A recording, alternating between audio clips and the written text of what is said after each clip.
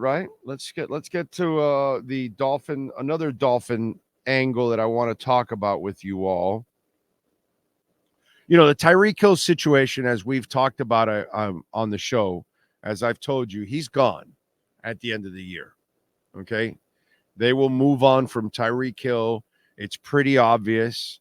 They have a lot of people that they have to sign, and they've signed, and they still have Holland left, and they'll finalize the Tyreek contract, and then you'll have Jalen Phillips next year and all that kind of stuff.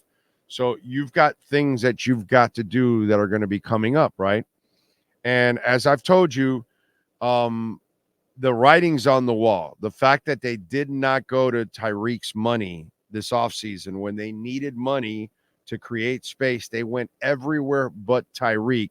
That, to me, I don't need any insight. I don't need anything else. That tells me all you need to know. Plus, you went and got Odell.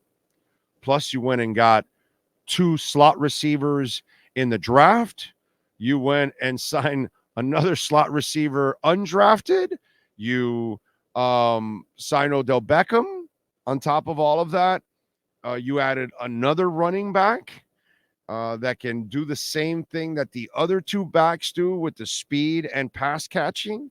You added a pass catching tight end in Jonnu Smith. You went and got the other slash receiver tight end, Fortson, right? Jody Fortson. You added all kinds of offensive weapons. So the Tyreek Hill situation is going to put Mike McDaniel and Tua in something very interesting and something I'm looking forward to. One, they all plan for the Tyreek Hill departure for next year by adding all the aforementioned weapons I just talked about. Okay? They're solving their slot receiver issue this year. Because it's not just a Braxton Berrios thing. It's the Washington kids. It's everything. Okay? So they're going to solve that. They didn't throw to the tight end last year because they didn't have one. They were the only team in the NFL without a tight end touchdown. They'll have several this year with Jonnu Smith. They went and got Jalen Wright because the 2 backs were injured by the end of the year. Now they want to have 3 so they can run the same offense. All 3 catch the ball. All 3 can run. All 3 are explosive. I already gave you the whole Odell thing.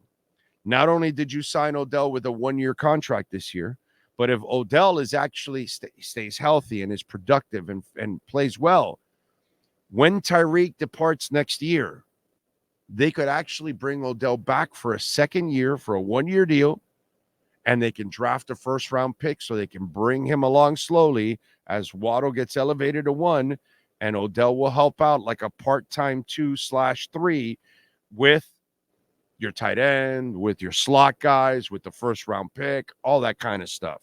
Or second, could be your first or second, could be the receiver. I'm not going to marry the first round. I'll marry you to the fact that Tyreek is gone next year, but I'll marry the first round. The receiver could come from the first or second round next year. That's a possibility. But either way, I think so.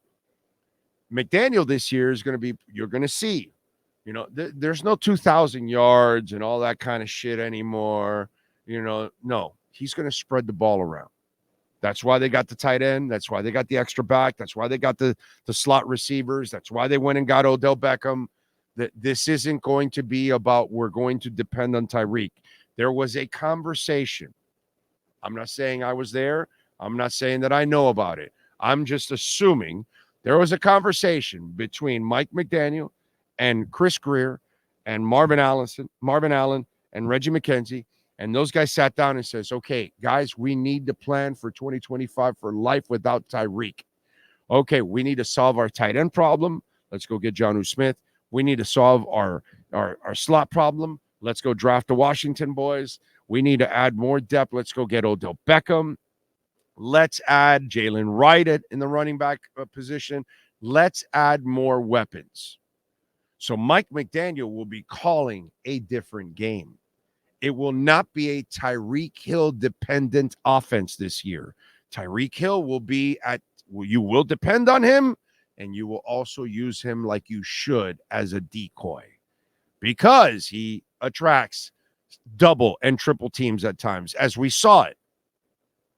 So there's no reason to force it when you have all of those other options on the field. I didn't even mention Alzugaray.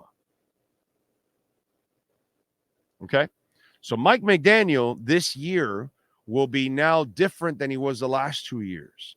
It will not be a dependent Tyreek Hill offense. He will spread the ball around. Tyreek will not have the same kind of numbers he had last year.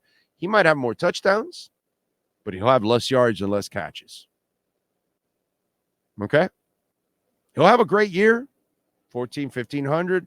I doubt it's going to be 17, 18, 1,900, 2,000 yards.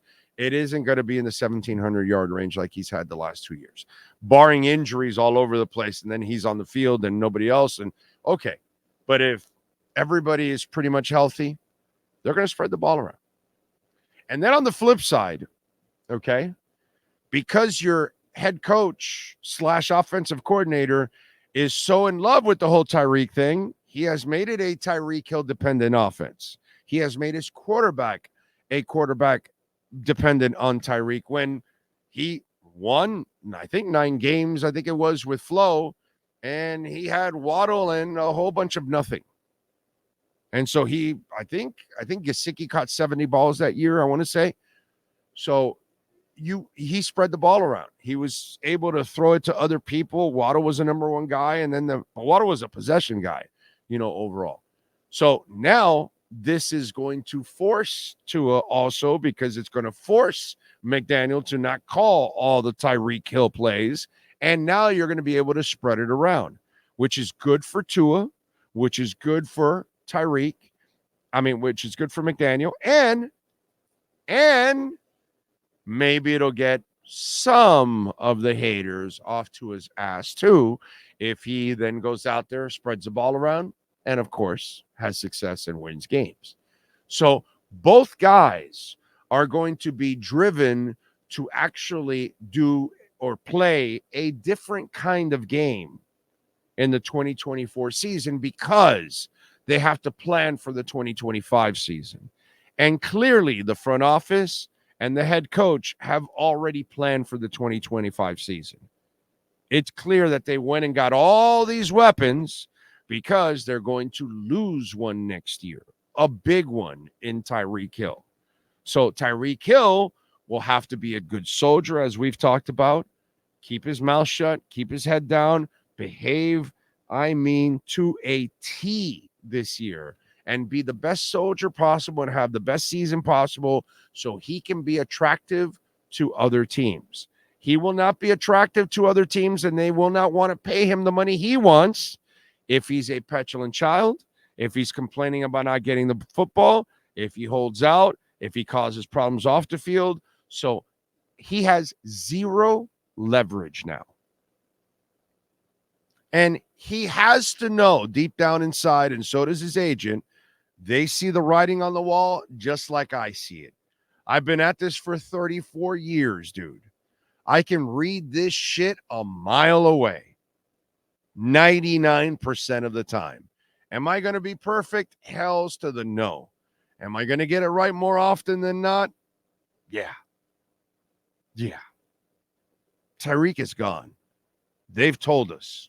Their actions, I always tell you this. Just watch what they do. Don't listen to anything. Certainly don't listen to some of the media members. They still think that that Christian Wilkins is going to be tagged or signed. They're still waiting for that. Okay? They're still waiting. Some of those. He's the heart and soul of the defense. There's no way they'll let him go.